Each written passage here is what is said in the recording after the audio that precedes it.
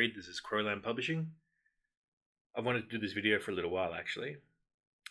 So about 20 years ago, for the first time since the 90s, maybe for the first time since the 60s, superheroes really came back into our culture through the medium of film and TV in a big way.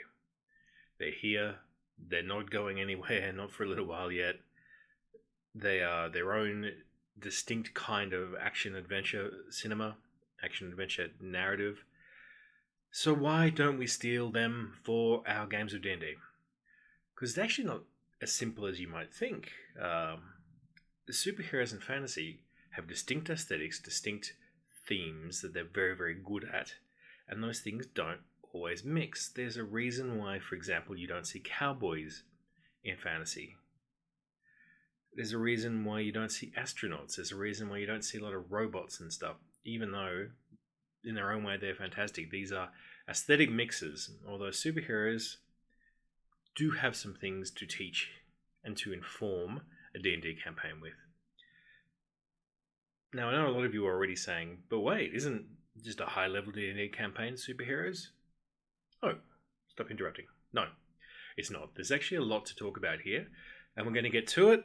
This first video is just going to be us talking about narrative and dramatic concerns.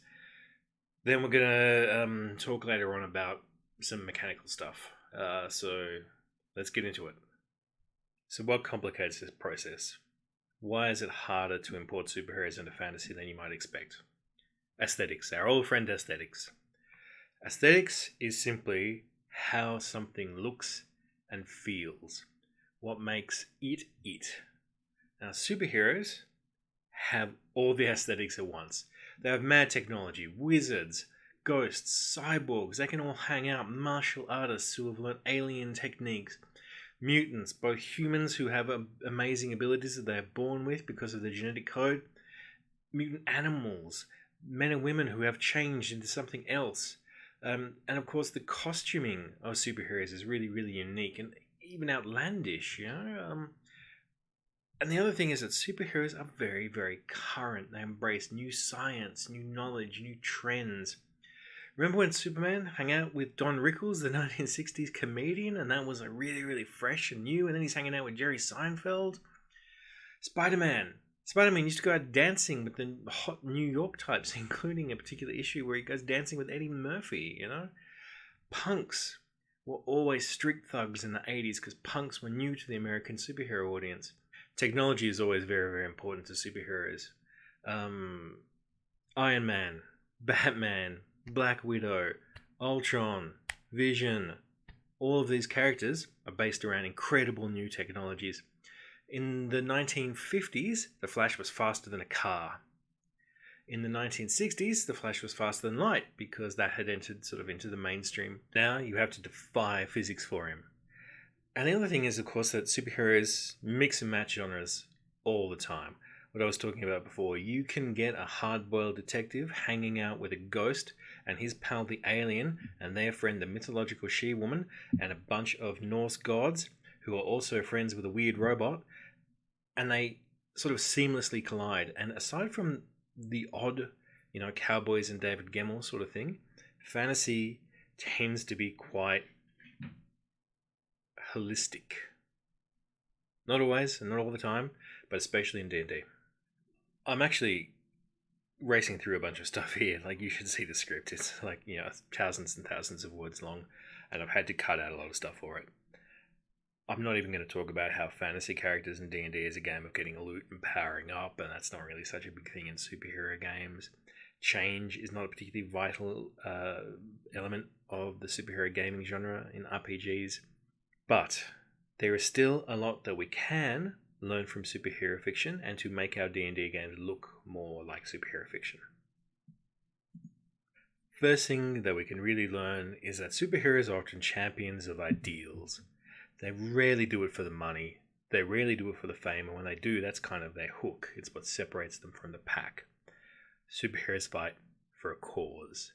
In D&D terms, the gods.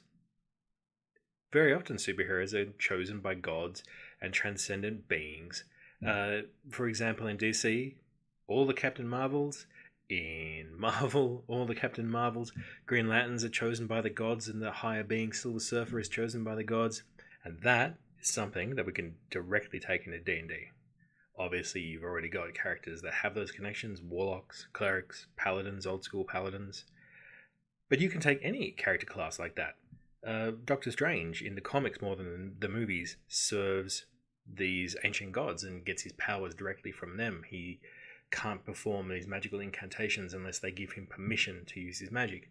A fighter, the champion of the gods, Elder of the Universe, is the most perfect fighter in the world. Moon Knight, Cleric of Khonshu, my personal favourite. He's fantastic. You have models in the superhero world for how you can turn a fantasy character into these champions of the gods. And there's another way that superheroes can inform D&D. You champion a moral cause, which in D&D is an alignment. Superheroes, after all, believe in things and fight to protect them. Daredevil, he believes in law, he believes in security, and he'll break the law to get it, which to me would indicate he's a champion of neutral good. Green Arrow, he is a liberal libertarian. He's chaotic good. He cares about freedom, and he cares about building a society. Punisher, he kind of cares about the law, but at the same time is that he doesn't give a rat's ass if he breaks it or not. It's meaningless to him. All he wants to do is inflict horror and death on people that he thinks deserves it. He's neutral evil. He's maybe chaotic evil. He has a moral cause. It's just not a very good moral cause. Maybe, of course, you believe in a government or a state. Avengers in the films, which are informed by Ultimates in the comics, they work for the world government, whatever that may be. It's a bit hazy. Justice League have often worked for the UN. Maybe you just have a patron, a financial patron like a chief in the Doom Patrol, or Professor X in the X-Men, or Maxwell Lord in Justice League. Someone that you work for, a cause that you believe in, rather than just you going from place to place, stealing it, stealing money, stealing gold, stealing loot. A cause is something to think about in a superhero story. The other thing related to aesthetics is that costumes and the look is vital to superheroes. The basic superhero costume originally signifies strength. They look like circus strongman outfits, acrobat clothes, and soon that skin-tight look became superheroes. The meaning changed, the signification changed. Now the skin-tight, it just doesn't seem to work in fantasy. It says to me too much of a modern material. And real strongman outfits weren't so form-fitting anyway. But what signifies in superheroes signifies in fantasy some of the time. So you want to have exposed flesh for physical characters. You want to see their muscles. You want to see the power of their body. Dark colors for morally dark superheroes. Cloaks flapping in the wind if you want to suggest mystery and secrecy. Robes and layers and high collars are wisdom, secret, magic. And we can take the iconography of superheroes to inform fantasy in more than just clothing and outfits. You might move Superman's shield to a shoulder to indicate more that it's a brooch holding a cloak or something, or the bat symbol becomes a holy symbol of the bat god. Wonder Woman requires very little changing at all. Carol Danvers, her sunburst on her chest would look amazing as a fantasy design. And of course there are fantasy examples of these quite iconic looks. Everyone has seen images of Elric and the Dark Sword Stormbringer. Conan iconically is powerful. Tailoring the look of your D&D character is going to be far more vital in a superhero-informed campaign than it would within just a regular D&D campaign.